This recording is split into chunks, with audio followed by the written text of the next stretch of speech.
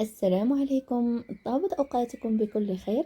اليوم غدا نقدم لكم كيك بلا زيت ولا سكر ولا دقيق ولا خميرة ولا بيكربونات للمرضى وأيضا للناس اللي عاملين الريجيم. أول حاجة عندنا 250 غرام تمر يتغسل مزيان، من بعد تنحيدو ليه النواه تاعو وتنقطعوه تقطاع صغير ولا كبير حسب الذوق. التمر هنا كتعويض للسكر وفي نفس الوقت غادي نستافدو من المعادن والفيتامينات والالياف اللي فيه.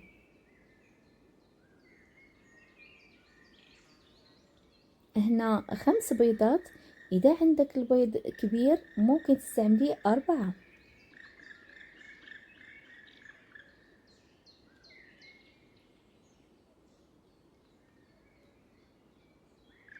وهنا تنضيف التمر اللي قطعنا،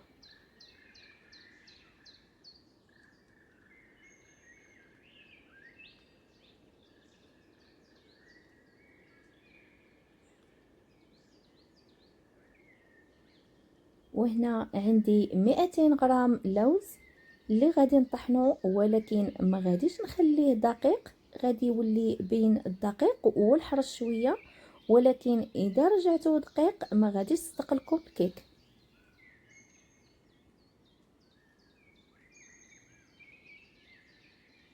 المهم تنخلوها نصف ساعة في مكان دافي باش يتخمر شوية، لان التمر تيخمرها شوية، وهذا هو السر تاع نجاح الكيك، ان اللوز يطحن لكن ما يكونش دقيق، وايضا خلوها تخمر شوية.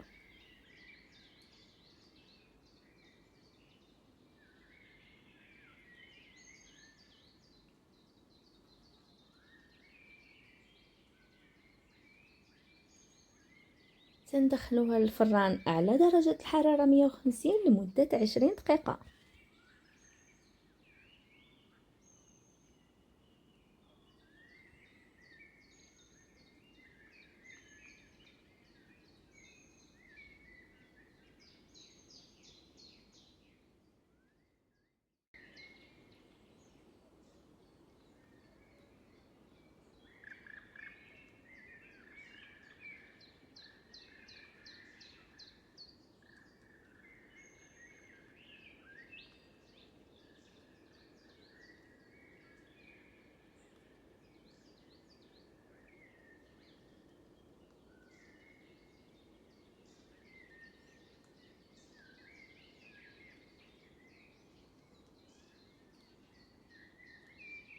وهذه هي النتيجة، كيك صحي بلا سكر ولا زيت ولا مشتقات الحليب ولا خميرة، تيجي رطب وهشيش وغني بالبروتينات والفيتامينات.